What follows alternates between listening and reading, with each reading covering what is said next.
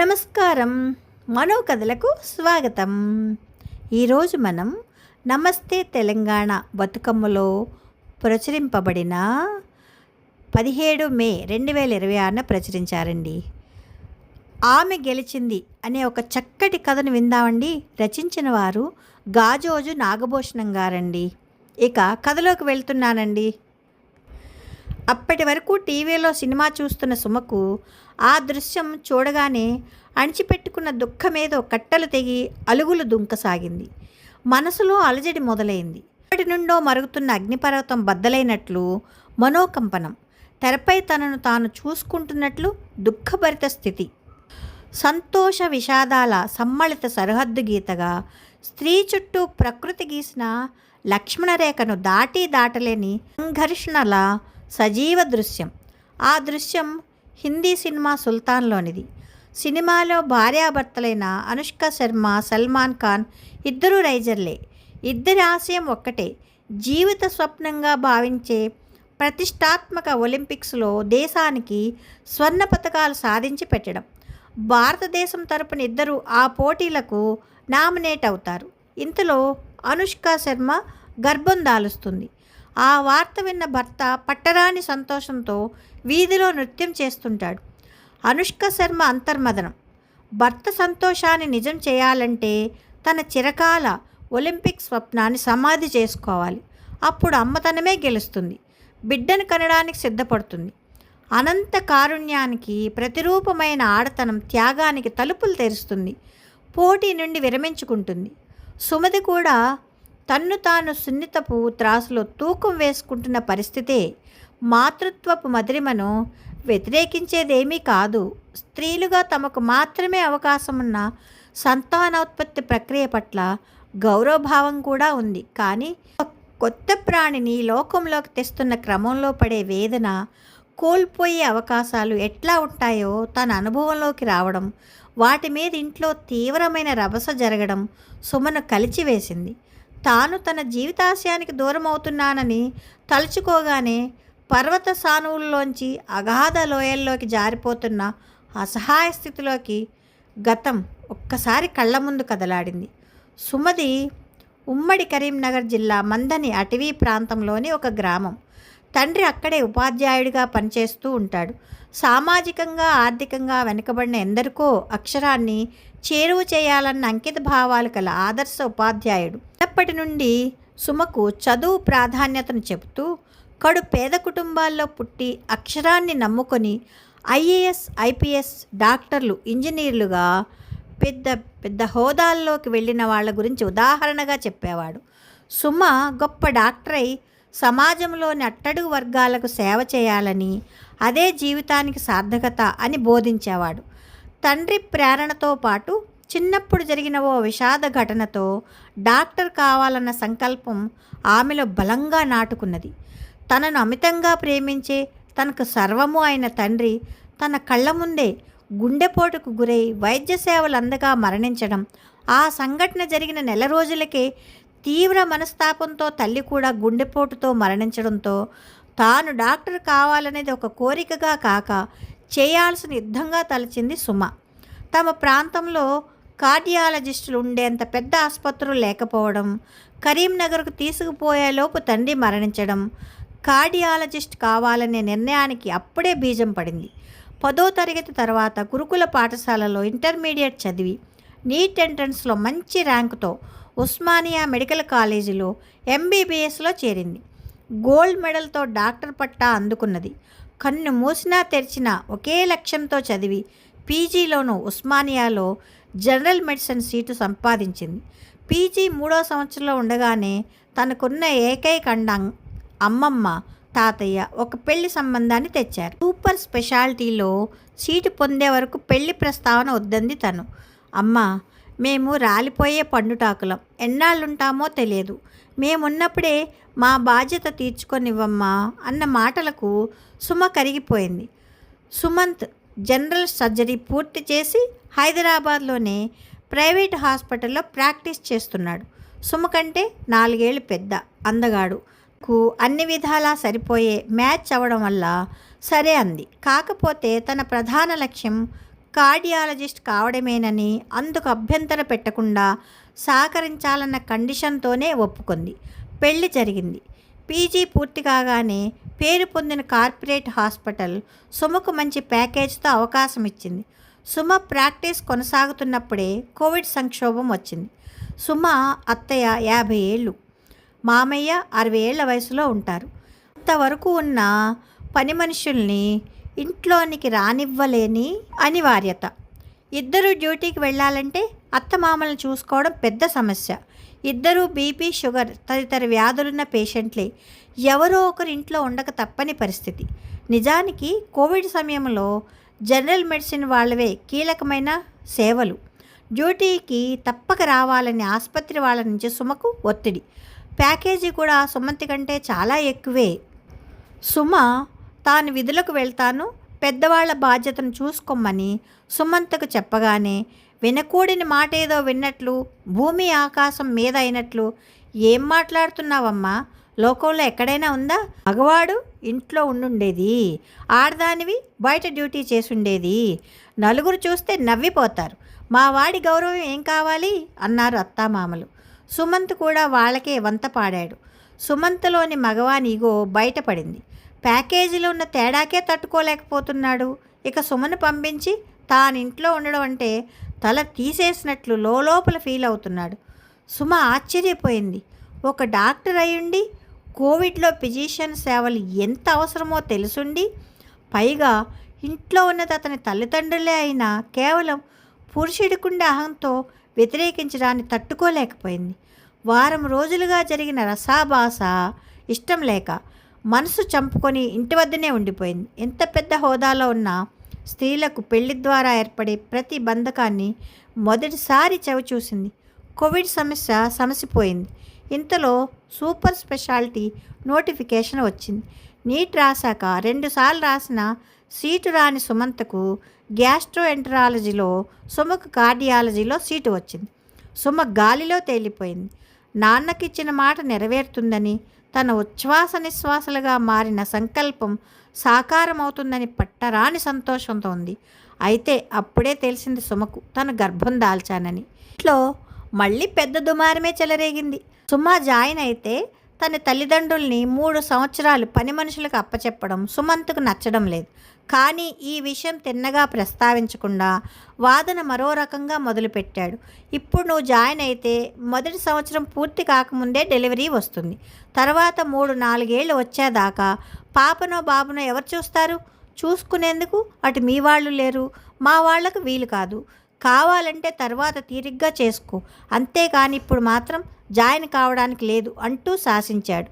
నేను డెలివరీకి ముందు మెటర్నిటీ లీవ్ తీసుకుని, డెలివరీ తర్వాత కొంత గ్యాప్ తీసుకుని ఆలస్యంగానైనా పూర్తి చేసుకునే అవకాశం నాకు ఉంది. ఇది నా లైఫ్ గోల్. తర్వాత సీటు రావచ్చు, రాకపోవచ్చు. ఏది ఏమైనా అదంతా ఏం కుదరదు. నీ సీటు కోసం పుట్టబోయే బిడ్డను గాలికి వదిలేస్తానంటే ఒప్పుకునేది లేదు. మళ్ళీ అధికార దర్పంతో కూడిన శాసనం. నువ్వు జాయిన్ అయితే బాధ్యతలను వదిలేసినట్టు కాదు, కానీ నేను జాయిన్ అయితే గాలికి వదిలేసినట్లా? పిల్లల్ని కని ఈ లోకంలోకి తెచ్చే కార్యాన్ని సృష్టి మాకే అప్పగించవచ్చు. పాలిచ్చి పెంచే బాధ్యత మాదే, ఒప్పుకుంటాను. కానీ మాతృత్వ బాధ్యతలో మా ప్రాధాన్యాలన్నిటినీ కోల్పోవడం, మా కలల్ని కళ్ళలైపోవడం, మీరు మాత్రం ఆడా మగ తేడాలు చూపెడుతూ బాధ్యతల నుండి తప్పుకోవడం, మీ అవకాశాలను దేన్ని కోల్పోకుండా పదిలపరచుకోవడం, ఇదెక్కడి న్యాయం? వాదనకు దిగితే తార్కికమైన జవాబు చెప్పలేక సాంప్రదాయాలు, కట్టుబాట్లు అడ్డుపెట్టి నోరు నొక్కేస్తున్నారు. ఎంత ఆలోచించినా ఆమెకు ఊతమిచ్చే ఒక్క చెయ్యి కనిపించడం లేదు. బాసటగా నిలిచే ఒక్క బంధము వెన్నంటి లేదు. ఆ ముగ్గురు ఒకవైపు, సుమ ఒక్కటి ఒకవైపు అయిపోయి ఏమీ చేయలేని నిస్తేజ స్థితిలో చివరి దాకా పోరాడింది. కానీ తాము కోరుకున్నట్లే జరగాలని స్థిరీకరించుకున్న వాళ్లను గెలవలేక ఓడిపోయింది. సుమ మనసులో సమాధానాలు లేని ప్రశ్నలెన్నో సర్పాల్లా సంచరిస్తున్నాయి. తల్లి గర్భం నుండి ఆడైనా మగైనా ఒకేలాగా పుడతారు. ఎవరి తెలివితేటలు, కలలు వారికుంటాయి. చేరుకోవాలన్న గమ్యాలు ఎవరివి వారికుంటాయి. కానీ పెళ్ళన్న ఒకే ఒక బంధంతో ఆడవాళ్ళ చుట్టూ ఎన్ని ఆంక్షల కంచెలు మొలుస్తాయి. మగవారికి మాత్రం ఏ ఆంక్షలు లేని, ఎవరి అనుమతులకు తలొగ్గని స్వేచ్ఛ ఎలా ఉంటుంది? సమాన ప్రాతిపదిక మీద ఆలు మగల బంధం మానవీకరించబడే మార్గమే లేదా? నాన్న నన్ను ఏనాడు ఆడపిల్ల తక్కువ అన్న భావనతో పెంచలేదు. నేను ఏనాడు ఆ న్యూన్యతా భావంతో పెరగలేదు. అన్నిటిలోనూ పోటీ పడుతూ ఇక్కడి దాకా చేరుకున్నాక ఇప్పుడు పెళ్ళి కాగానే తన రెక్కలు ఒక్కొక్కటి తెగిపోతున్న సంకేతాలు, మెల్లమెల్లగా నా జీవితం నా చేతుల్లోంచి జారిపోనుందా? సుమంత్ సూపర్ స్పెషాలిటీలో చేరాక బంధువులు స్నేహితులందరిలో గొప్ప గుర్తింపుతో వెలిగిపోతున్నాడు. సుమ మాత్రం ఒక కళ చెదిరిపోగా బిడ్డని కని తల్లిగా మరో కళను నెరవేర్చుకుంది. కాలం కదలికలో గాయాల వీణను శృతి చేసుకుంటూ ఎందుకు ఒక డాక్టర్ ఉన్నామే. నాన్న నన్ను ఏనాడు ఆడపిల్ల తక్కువ అన్న భావనతో పెంచలేదు. నేను ఏనాడు ఆ న్యూన్యతా భావంతో పెరగలేదు. అన్నిటిలోనూ పోటీ పడుతూ ఇక్కడి దాకా చేరుకున్నాక ఇప్పుడు పెళ్ళి కాగానే తన రెక్కలు ఒక్కొక్కటి తెగిపోతున్న సంకేతాలు, మెల్లమెల్లగా నా జీవితం నా చేతుల్లోంచి జారిపోనుందా? సుమంత్ సూపర్ స్పెషాలిటీలో చేరాక బంధువులు స్నేహితులు అందరిలో గొప్ప గుర్తింపుతో వెలిగిపోతున్నాడు. సుమ మాత్రం ఒక కళ చెదిరిపోగా బిడ్డను కని తల్లిగా మరో కళను నెరవేర్చుకుంది. కాలం కదలికలో గాయాల వీణను శృతి చేసుకుంటూ మౌన మునిలా మిగిలిపోయింది. సుమంత్ కోర్స్ పూర్తి కావడానికి పట్టిన 3 సంవత్సరాలు సుమకు పాపను అత్తామామలను చూసుకోవడానికే సరిపోయింది. ప్రాక్టీస్కు పూర్తిగా దూరమైంది. సుమంత్ కోర్స్ పూర్తి కాగానే సర్జికల్ గ్యాస్ట్రో ఎంటరాలజిస్ట్గా ప్రాక్టీస్ మొదలుపెట్టి మంచి సంపాదనతో బిజీ అయిపోయాడు. పాప సంరక్షణలో సుమ తన సూపర్ స్పెషాలిటీ గురించి పూర్తిగా మరుపు కాకపోయినప్పటికీ ఆ ఆలోచనకు కాస్త తెరిపించిన స్థితిలో ఉంది. ఏడాది గడిచిపోయింది. ఇంతలో సుమ మళ్ళీ గర్భం దాల్చింది. తన అవకాశానికి తానే తలుపులు మూసుకుంటున్న న్యూనత, మెలకువగా లేనందుకు తనను తాను ఎంత నిందించుకుందో. ఇంతలో తిరిగి నోటిఫికేషన్ వచ్చింది. ఎంట్రన్స్ రాయగానే తాను కోరుకున్న డిఎం కార్డియాలజీలో సీటు కూడా వచ్చింది. ఈసారి సుమలో పట్టుదల పెరుగుతూ వచ్చింది. తన కోసం తాను నిలబడుకుంటే ఏం కోల్పోతుందో ఎరుకలోకి వచ్చింది. కానీ కళ్ళ ముందు తన దేహ శకలమై కనువిందు చేస్తున్న ఒక ప్రాణి, దేహాంతరాన రేపటిని కలగంటున్న మరో ప్రాణి, పెనవేసుకున్న ఈ పేగుబంధాలను దాటి ప్రాణప్రదమైన తన జీవిత లక్ష్యాన్ని చేరుకోగలనా అనే ఆందోళన మొదలైంది. ఈ ఊగిసలాటను స్నేహితులతో పంచుకుంది.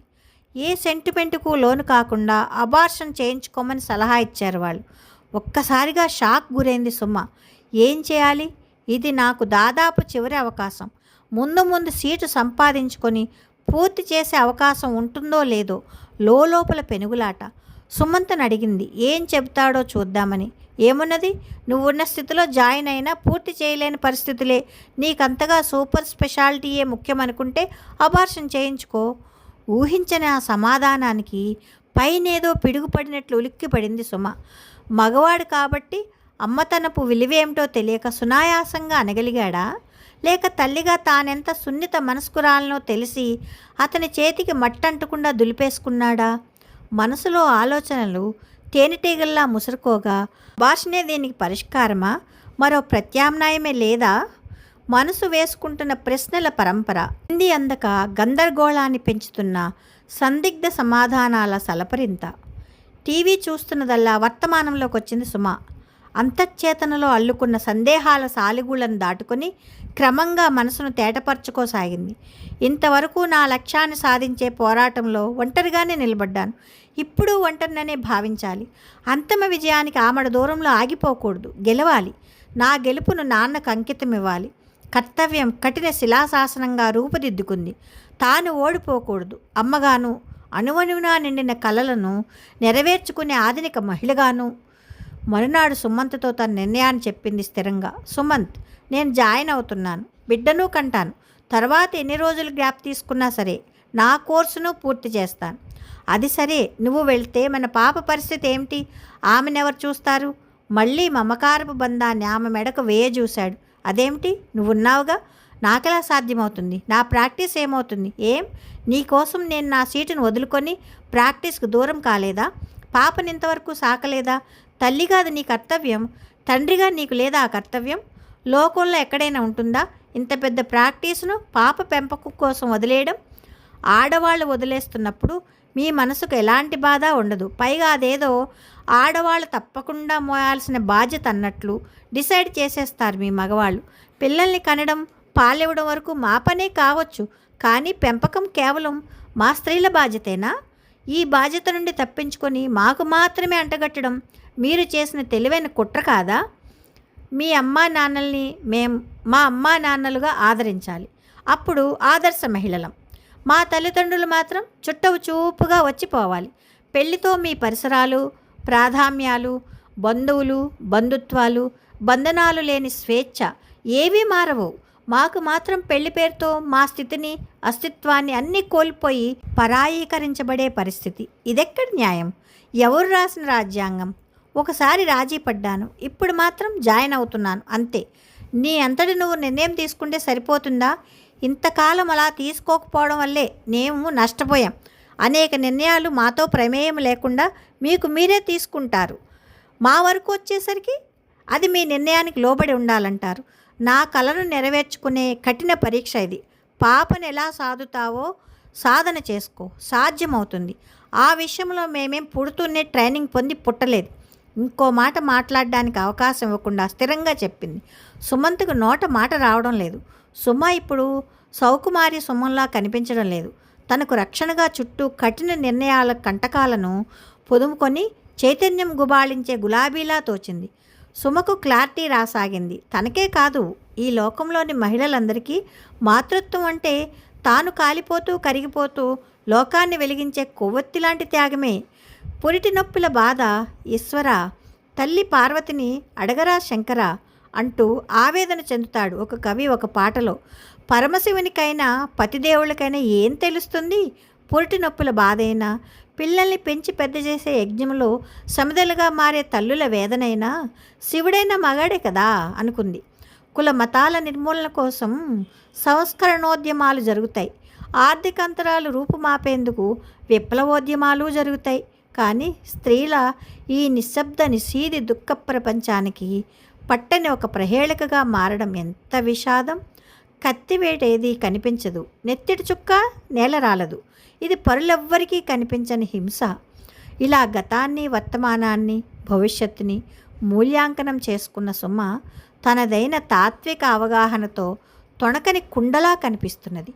పాపను వదిలి వెళ్ళడానికి తల్లి మనసు అంగీకరించుకున్నా రేపు ఈ అసమంజస సంప్రదాయ సంఖ్యలను తెంచుకొని తన బిడ్డ కూడా ఒక యోధగా నిలవాలంటే ఈ నిర్ణయం ఆమెకు దారిదీపం అవుతుందన్న ధైర్యంతోనే ముందుకు అడుగువేసింది సుమ. ఆమె గెలిచింది అమ్మగాను, ఆధునిక మహిళగాను కూడా. కథ సమాప్తం. కథ చాలా బాగుందండి. రచయిత గారు బాగా రాశారు. వీరు ఉద్యమాలు, సాహిత్యం పరస్పర పూరకాలని నమ్మి సాహిత్యంతో పాటు సామాజిక ఉద్యమాలలోనూ నడుస్తున్నారు గాజోజు నాగభూషణం గారు. ఈయన స్వస్థలం కరీంనగర్. ప్రభుత్వ ప్రధానోపాధ్యాయుడిగా పదవీ విరమణ పొందారు. కథా, కవిత్వం, పాట, వ్యాసం మొదలైన సాహిత్య ప్రక్రియల్లో తనదైన ముద్ర వేస్తున్నారు. జీవితంలో ఉన్న అనేక సంఘర్షణలను కథలుగా మలచడాన్ని సాహితీవేత్త బాధ్యతగా భావిస్తారు. అందుకే ఈయన కథలన్నీ తన అనుభవాల నుంచి వచ్చినవే. ఆమె గెలిచింది కథ ఆధునిక మహిళల అంతరంగ మదనానికి ప్రతీక. మహిళలు ఎన్నో అడ్డంకులు దాటుకొని ఎంతో దూరం నడిచి వచ్చినా ఇంకా తమ చుట్టూ బిగుసుకుంటున్న ఆంక్షల సంఖ్యలను భరించే దుఃఖస్థితిలోనే ఉన్నారనేది రచయిత అభిప్రాయం. అది నిజం కూడా సార్. ఇప్పటి వరకు సుమారు 30 కథలు రాసి 15 బహుమతులు అందుకున్నారు. నమస్తే తెలంగాణ ముల్కనూరు సాహితీపీఠం కథల పోటీలో వరుసగా బహుమతులు గెలుచుకున్నారు. ఇటీవలే మొదటి కథా సంపుటి జీవన సాఫల్యతను వెలువరించారు. మట్టి సరిగములు, ప్రాణదీపం, కవిత్వ సంపుటాలు, నెత్తిటి గాయాలు, ఉద్యమ గేయాలు సీడీని వెలువరించారు. ఇక కథ నచ్చితే మీకు లైక్ చేయండి, షేర్ చేయండి, కామెంట్ చేయండి, సబ్స్క్రైబ్ చేసుకుని నన్ను ఎంకరేజ్ చేయండి. ఉంటానండి. ప్రేమతో మీ మను.